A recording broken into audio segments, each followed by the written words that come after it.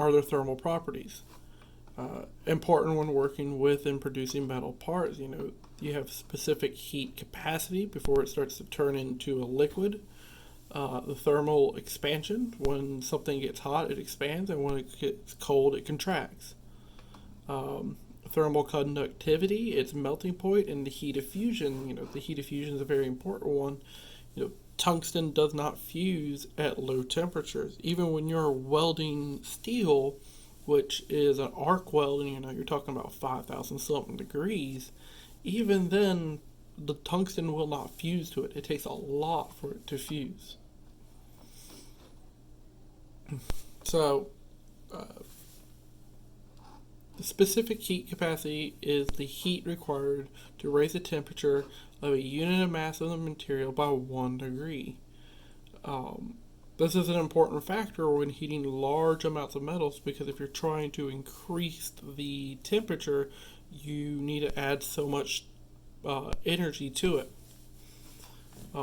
And one of the interesting facts is that to increase it, by 1 degree, iron, nickel, copper, aluminum, magnesium, zinc, lead, and nylon, it takes less energy than it does to heat up water.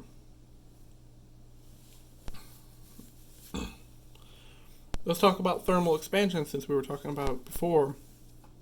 When metal is heated, it increases in size, and the size changes is called thermal expansion. One little side note to think about this, if you're trying to figure it out, if you've ever seen concrete pads where they cut it like in certain little sections, those little sections is so that concrete can expand.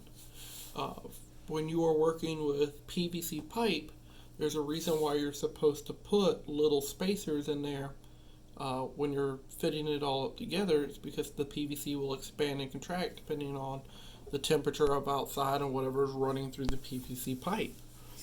And this is very important to know, because if you have something butt up to, almost nearly the perfect size of what you're putting it in, and then it expands, well, it's going to push on something. And if it starts to push on something, the other thing's going to deform, and it might come back to pure 90, or it might stay deformed, and as it keeps on going, it'll eventually break. The coefficient of thermal expansion is changed in length of a material is for each unit change in temperature. Different materials expand at different rates. So you can see that nylon right here, expands a lot. Zinc and aluminum expand pretty well, but steel and cast iron, which are very similar, don't expand that much. Cast iron not expanding that much at all.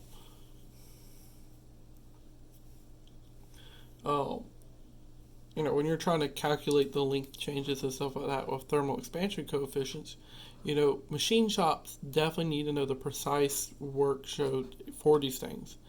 This is something that's very important to them, because when they're working with stuff like this, they need to know what the metal is going to do. Machinists determine actual machine dimensions from the shop temperature. So there's a reason why a lot of shops, especially that are working with very key points, try to keep a similar temperature, and that way that they are working with a metal that they know is going to be a certain size across the board. So let's talk about thermal conductivity. Metals have high thermal conductivity compared to non-metals. You can kind of think like wood compared to metal. Which one do you think is going to handle thermal conductivity better? Yeah, it's going to be metal. This is most useful for heat exchangers. This is why your frying pan and stuff like that is typically a metal, even if it's like aluminum. That's because it heats up, and especially copper and aluminum have very high conductivity. But another, so you see like right here, here's aluminum, and copper's over here at 394. They're really good at it. but people still use your cast iron things because cast iron can hold heat for a long time as well. Let's talk about your melting point. Melting point is where the pure metal element changes from a liquid to a solid at a single exact temperature. You've seen this plenty of times now if you've been cutting with a torch. You know, your steel's over here at 2,786 to 2,719, and a torch is typically in the 5,000 range. So you're definitely exceeding what it needs to melt it. Alloys usually transform from a liquid to a solid over temperature range called the freezing range. A slush or solid and a liquid in this range, and a hot working may be done below this range. So just kind of like if you're thinking about water, snow, ice, and stuff like that, slush is right where you're in between it, where it's kind of solid and kind of a liquid. It's right in the middle, just like if you were, if it like froze over last night, now you're in the morning, everything's like just this horrible mix of a little bit of ice and a little bit of water, and now you got to drive on it. Well, you don't want to really be working with your metal that much in the slush point either. Remember that when metal starts to do stuff like a liquid, you can almost compare it a lot to water and what it's going to do. That is why it's so important to know what your angles are when you're welding, because you are dealing with liquid metal at that point in a small area. And liquid wants to fall due to gravity. So you have to remember this type of stuff. The heat of fusion. This is our stuff right here. We're very particular about the heat temperature of fusion for our type of metals, because this is everything that we are going to be working with. We're welders. We weld metal together, and so the heat of fusion is very specific to us. The specific heat of fusion is the amount of thermal energy required to change solid to liquid metal when melted. When melting scrap steel into new steel, so this is talking about taking like a used car or something like that and taking the frame and reusing it to make a new product. You know, there's 3/4 of the input energy and heat is to the melting point. The rest melts it without a temperature change. And you know, the energy to melt, so once again you see over here, the energy to melt tungsten is higher than iron. It's not higher than nickel, but copper and magnesium also beat it.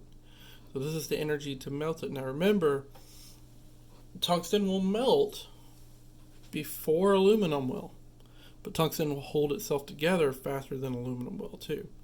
Because remember, even though the energy to melt tungsten is lower, tungsten has a higher heat, the amount of heat that it can handle and the amount of electricity it can handle. Aluminum is significantly a lot less. So electrical conductivity. Metals such as silver, copper, and aluminum are excellent conductors of electricity. Alloys for electrical conductors have a minimum of additional elements. Silver and copper and gold and aluminum are the four that you hear all the time for this stuff. Now remember, there's a reason why those four are typically your most expensive metals, because they are used in so much stuff like electrical conductivity. Depending on whether or not they're using aluminum or something or gold and another thing can change the price of something dramatically. So, like your phone might actually have gold in it to make it work better. This can also be said about your laptop or your computer. Copper is an extremely good one for all the stuff, and you know how much copper can be sold for. Silver being the best. The thing about this, though, is the reason why you don't hear that much about silver being used everywhere other than silver solder is that silver has other properties that doesn't make it the best for like large cables. Also, the amount of silver can change that too. Copper, on the other hand, while being just a little bit less than silver, we can get a good bit of it and we can use it over longer strands. Gold being very expensive, we don't want to make gold cables because everybody would be stealing that. And aluminum's actually used, so for less price and less valuable metal, we use aluminum compared to gold, and just like silver and copper, we use copper compared to silver. Now, let's talk about the magnetic properties. So this is ferromagnetism. Remember that only certain metals can be used for magnets or stuff like that, or have magnetism to it to a certain extent. Iron, cobalt, and nickel exhibit these properties at room temperature. Some alloys have this property. There are some steels out there, so remember, steel has iron in it, that have a very poor amount of magnetism to it. You would almost think that they are non-magnetic, but it doesn't mean that they don't have the potential to be magnetized. But most metals that are iron, cobalt, and nickel will have this magnetic property. And this is very important to remember, because remember, if something becomes magnetized when you're trying to weld it, it's going to mess up your arc. Your arc is electricity, and one of the fundamental forces is electromagnetism. So electric and magnets are on the same scale. They work together. So it's very important to realize that if something's magnetic, it could mess up your weld if you're arc welding. Joinability. Certain metals don't join well. Some of them really are very good at it. Steel being one of the best. Joinability is the ease or difficulty of attaching two pieces of metal together. The joining processes, including for us welding, brazing, and soldering, or other metallurgy bonding methods. To join metals must form a metallurgical bond. So this is where they actually become one piece. A metal oxide layer can prevent bonding. Flux, shielding gas, or a vacuum helps avoid this problem. That's why we use a shielding gas when we're doing like MIG or TIG. And if we're doing something like flux core stick welding, we use a flux to help it. Doing it in a vacuum, so we remove the impurities of the air, avoids these problems as well. Welding. Weldability is the ability of a material to be welded. A weld is like a small casting. The grains are smaller than most of the casting. The grains are larger than the worked metal. Properties of the weld may differ from the surrounding metals. Remember that, a rod that you are using to fill up a weld or something like that, it's going to be as close as possible to the base metal as it can be. That is one of the key points, is that you want your filler metal to be as close to the properties of the metal you're welding, or your base metal, to allow it to create a good bond. But because you heat it up to a different temperature than the rest of the metal, because of what you were doing, it's going to have different grain structures just a little bit compared to the rest of it. Alloys with a long freezing range may crack or cooling, and these alloys are the most difficult to weld. Most of your cast welding, so like your cast iron, cast aluminum, and stuff like that, they are one of the worst ones when it comes to cracking.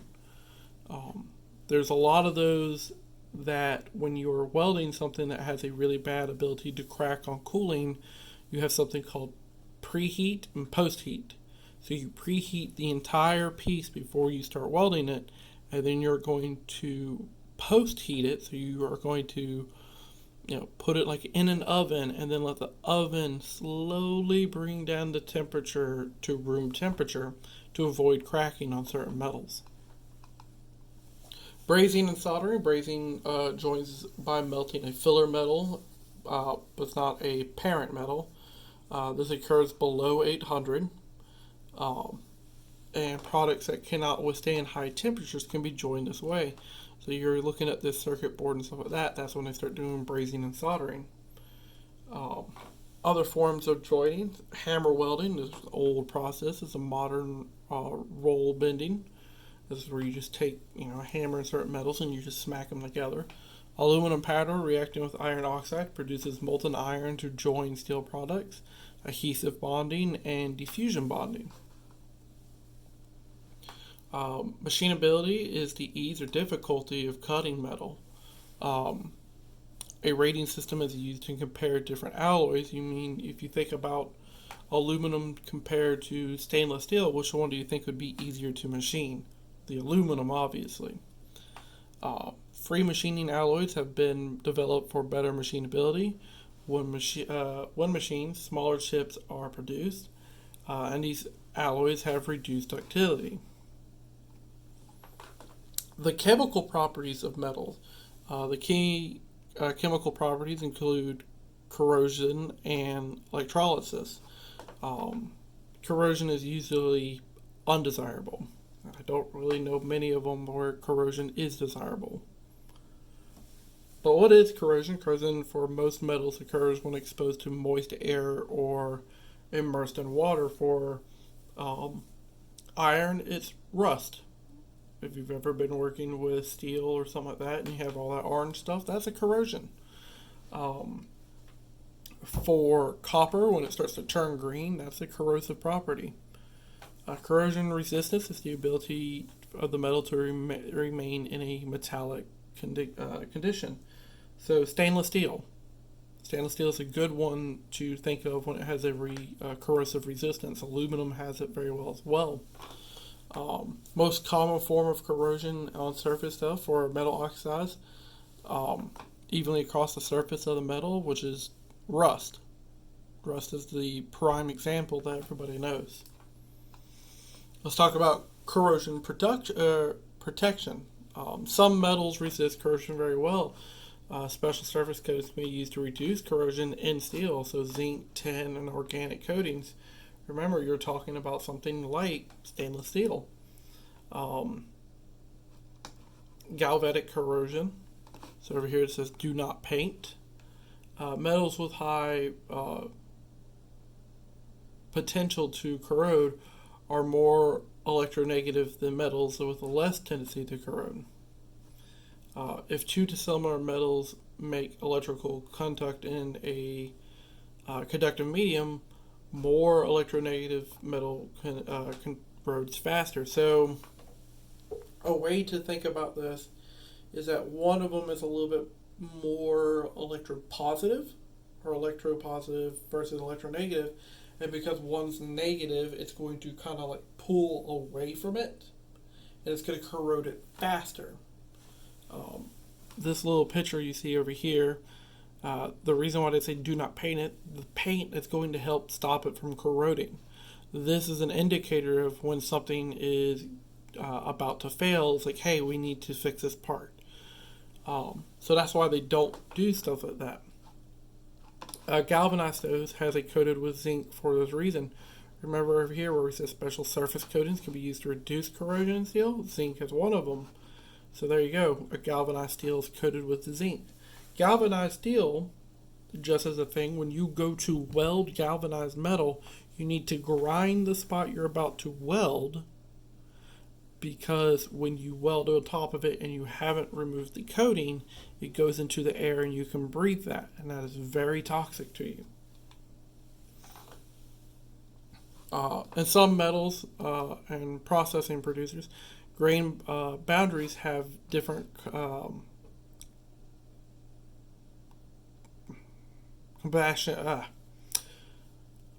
composition than the rest of each grain. This corrosion can occur along grain boundaries when boundaries are more electronegative than the grains. So remember, that electronegative problem comes back in where each grain and each boundary can change the property of what the metal's going to do, when it's going to rust, how bad it can rust, and stuff like that. High temperature oxide. At high temperatures in the air, oxidation occurs. Steel heated over 900 degrees, it forms black oxide scale. For those who have done TIG welding, you've actually seen this probably a few times where you've TIG welded, all of a sudden you notice on the side that there's this black smoke on it. That is where the steel got so hot, and that a form of oxidation started to come up. Um, this oxide is actually magnetic and not the not the common reddish brown hemonite. So you notice that iron 3, oxygen 4, and we come over here, iron 3 or 2, oxygen 3. Um, both oxides flake off easily and offer little protection, so they don't really do much for the metal except for just being on top of it. This is your mill scale. This is why you typically are supposed to clean up your metal before you weld it, because it actually messes up your weld. Electrolysis, and this is a highly electronegative metal placed in electrical current with suitable electrical properties and electrical power. This is the basis of batteries. Rechargeable batteries, lead acid batteries for automobiles and lithium ion batteries for many applications. But if you've ever let your battery sit in something, and I might be showing my age on this one, but like for a Game Boy, I've had my battery sitting there for a long time, and also when I reopened it, it corroded everything. The battery acid ate away everything because it is a highly corrosive material. This can be seen sometimes in remote controls for your TV where the battery's just sat in it for years and years and years and it hasn't been used much. I've seen it once or twice in an Xbox and a PlayStation controller when, PlayStation used to have batteries in it. So this is where corrosion from electrolysis can very much happen. Electrolysis also has other properties where you can start doing stuff like moving copper from one spot to another to coat something in copper. But we'll get into that in another day.